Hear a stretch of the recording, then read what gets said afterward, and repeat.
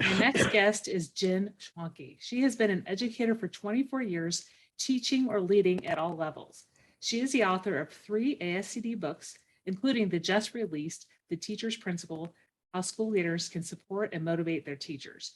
She has written and presented for multiple state and local education organizations and has provided professional development to various districts in the areas of school culture, climate, personnel, and instructional leadership. She is an instructor in educational administration at Miami University and is a doctoral candidate at The Ohio State University. She currently serves as Deputy Superintendent in Ohio. Welcome to the podcast, Jen. Thank you so much. I'm thrilled to be here, and I appreciate you inviting me. Yes, I've read a few of your books, and I wanted to have a conversation with you about some of the things that you've written. But we'll start off with what I ask everybody at the beginning of the podcast. Tell me a time that you were in the trenches and managed to crawl out. Okay, well, my story is a little bit unique. I had taught for 7 years and really loved teaching, but I felt a call toward leadership. And so I stepped out of teaching and served as an assistant principal for about 3 years.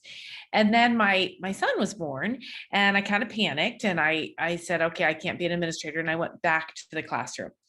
And what really struck me about that was how the trenches in education, the teacher trench and the administration trench, they're deep and they're wide and they're difficult and they're parallel, but they're very different.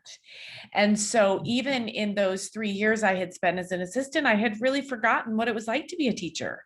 And in those 3 years, so much had changed. The way we collected data, the way we held one another and our students accountable, the parent voice.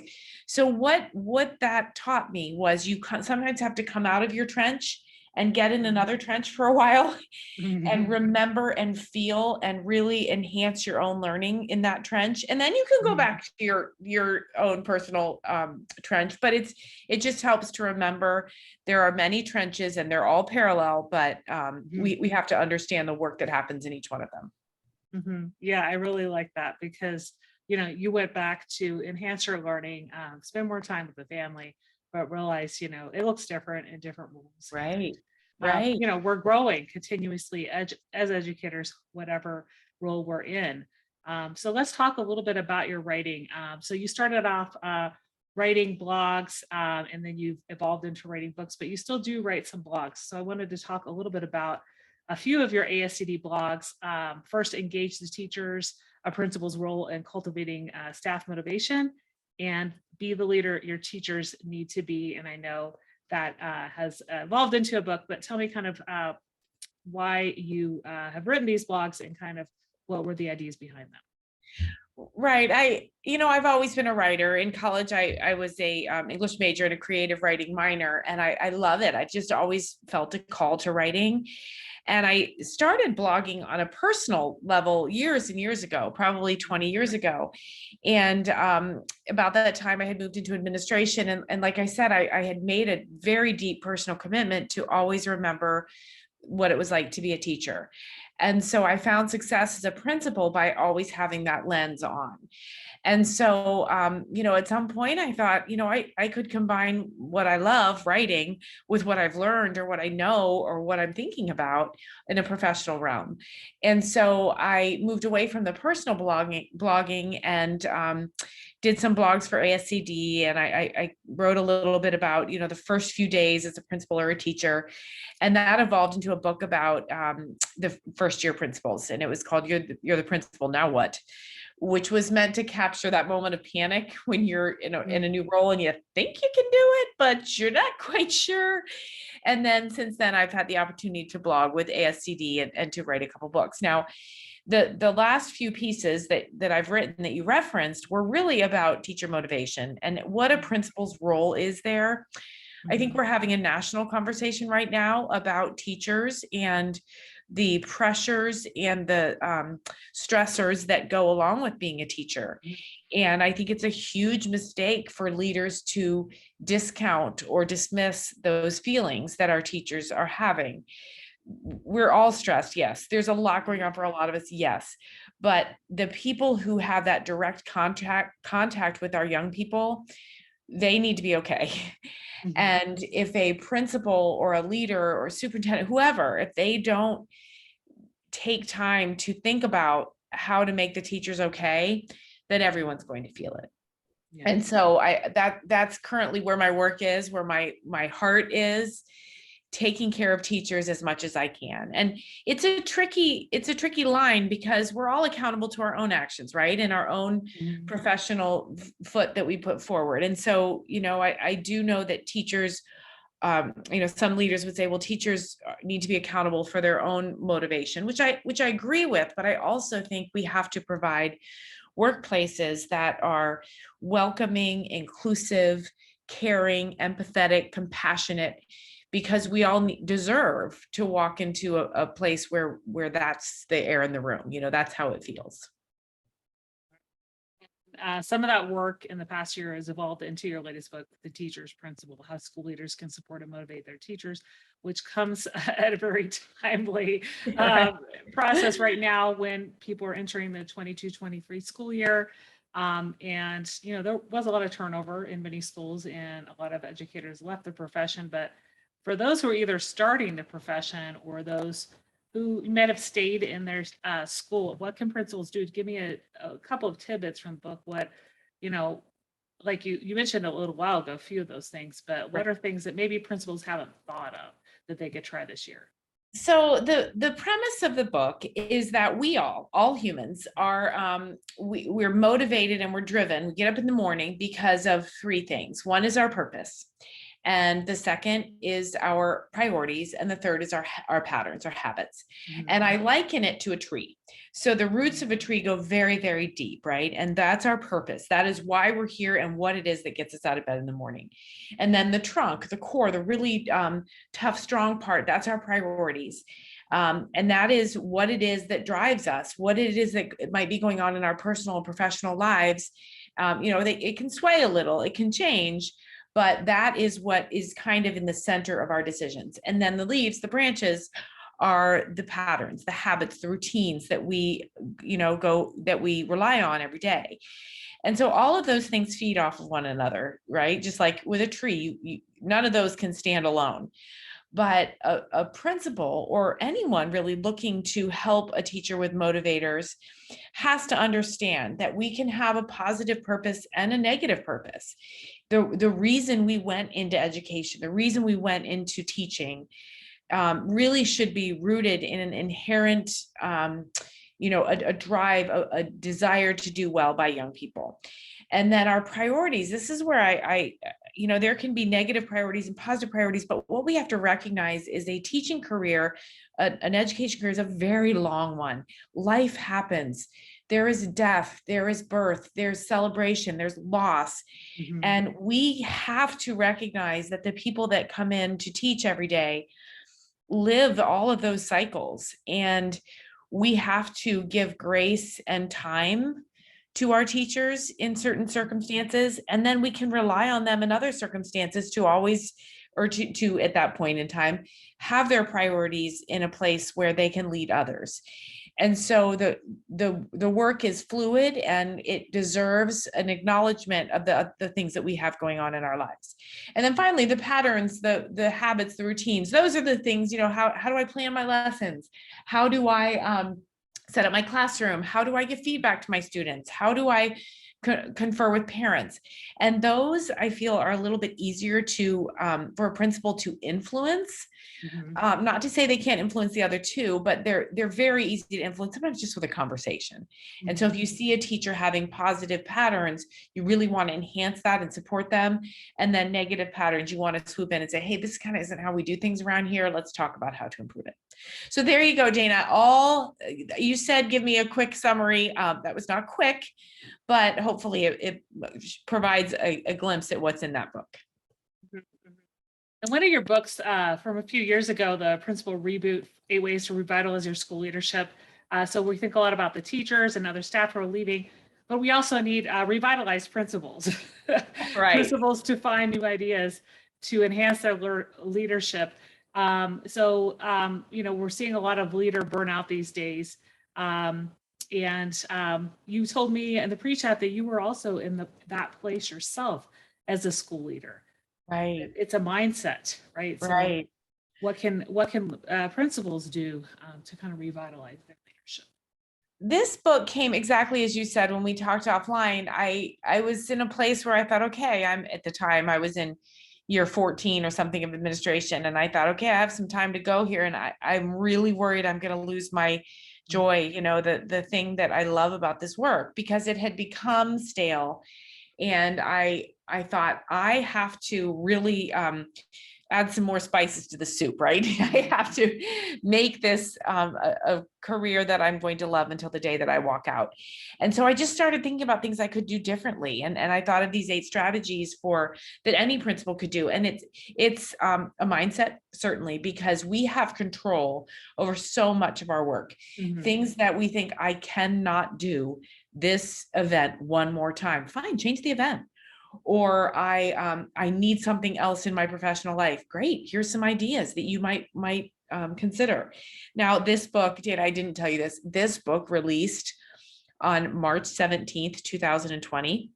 The absolute worst day that a book could be released. So this one is actually one, I'm very proud of this work, because I think it was meant, I wrote it to counter principal burnout, but we were all worried about COVID at that time. We were just trying to figure out how to get our students educated. And so this had the lowest readership, but I still think there's some good stuff in there, especially from principals who are thinking, how am I going to do this? Mhm, mhm. Well, I mean, it is highlighted in the ASCD journal if people get educational leadership.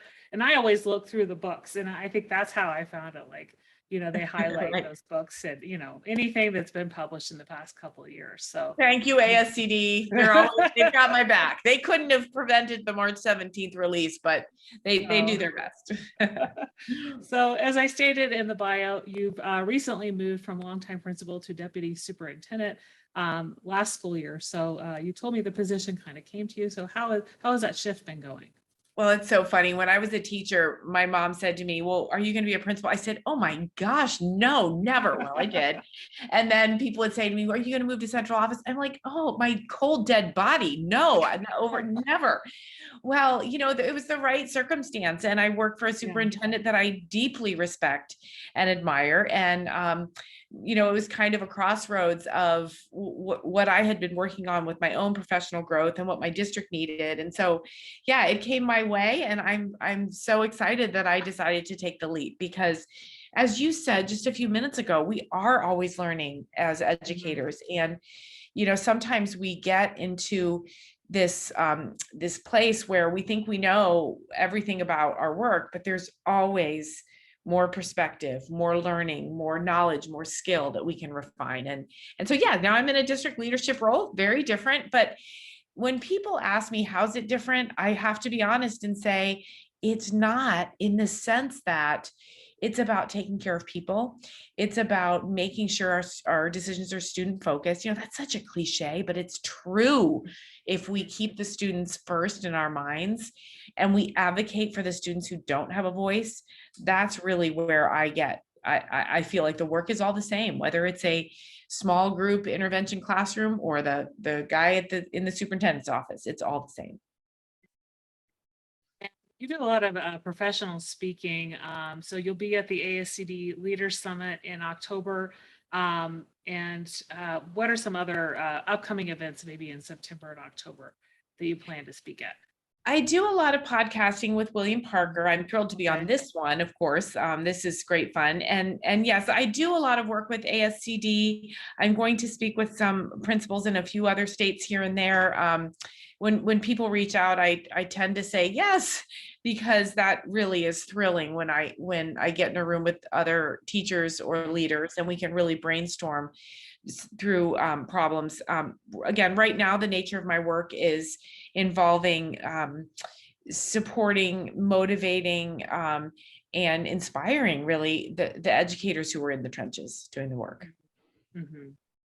So a lot of time when you're speaking in different states, will it to be groups of superintendents and principals, or is it more at the school level? It depends. I did a school about 2 weeks ago. I did a professional development for a group of teachers. We had a great time. And we really talked about our purposes, why we were there. And discussed how easy it is to change or enhance your purpose and then your priorities and your patterns. So I do work with schools and I do work with principals, and I've worked before with district leaders as well. And the nature of my job, I'm very committed to my district and to the work I do for my district. So I don't do any as much speaking or consulting as I might do later on down the road. It has to work with the schedule because my board of education and my superintendent are my first priorities. And so maybe someday I'll hit the road full time, but right now, a lot of principals ask me, how do you do it? Because I have two children and I have a husband I adore that I'm committed to. So there's some limits to what I do. That's why a lot of the writing, at 5 a.m. on the couch when everybody's still sleeping, it's all a balance act. And a lot of administrators ask me about that because all of us have a lot of balls we're juggling at the same time. But as you said, writing is something that's always been your passion, even when you started writing blogs, you said around 20 years ago, right? So it's been something that kind of, I guess, is one of your outlets. Used to be personal and then it became professional. Absolutely. So, yeah. I joke in my own internal mind, when is somebody going to give me a grant so I can stay home and write a novel? But that seems unlikely. And so my writing outlet is definitely on the professional end right now. In college, I was the poet and the fiction writer, but life takes you different directions. And at the time, I was, when I started teaching, like many teachers, I was broke. I barely was making rent. So that the security of a job in education is certainly something that I value. And I that's my outlet. Like you said it beautifully. That's where I get a lot of professional satisfaction. Well, we've had a great conversation about some of your writing and how leaders and teachers can use your books in the upcoming school year. Out of everything we've talked about today on the podcast, what's one thing you'd like listeners to remember? Well, I'm going to steal your word. It's about a mindset. I believe, just a funny side story. My dad, I grew up on a farm, and he would always make us come out and do all this work, right? All this work. And when I was a kid, I didn't want to work. I wanted to go in my room and read. And he would say, we're going to work till you're happy. And my sisters and I would just work till you're happy. But eventually, we'd start joking with one another and some teasing, and then we'd get into the work, we'd get into the nitty gritty of it. And it did become fun. And we did work till we were happy. And that taught me about mindset. This work we're doing in education is hard work. We have organized groups nationally who are intent on bringing us down. They'll attack us for our choices in curricular resources. They will attack us for words we say or tweets we send, right? So it feels like this could be a job that just leaves us beaten and bruised. But I feel like if we work through it and we work till we're happy, we work till it's fun, we can live in that mindset where it's positive. We know exactly what we can control and what we can't. We identify where our impact is and what our outcomes should be. And then there's the joy right there. That's where the fun is. And if we stay committed to our purpose, which is the young people, boy, there's a lot of joy in that. I used to say when I was a elementary principal, walk down the hall and find a 6-year-old and ask them what's up. There is joy there. Or when I was at the middle school level for 14 years, I would 14, 12, I don't know, a while. Find a 7th grader, sit down, talk to them. You will get your cup filled up real quick talking to a student. Yeah, that's something we all need to remind ourselves when the work gets hard, right? Connection with students. Where can people connect with you and find you online? Well, I'm on Twitter at Jen Schwanke, JenSchwanke. And then I also have a website, jenschwanke.com. And I'm out there just doing the work like everybody else is. So I appreciate that. Great. Well, I've really enjoyed having you on the podcast today, and wish you a great rest of your day. Thank you so much, Dana. And a shout out to all your listeners who are probably either starting a school year or getting ready to start one. We're at 22, 23, and I just hope we can all make it a good one.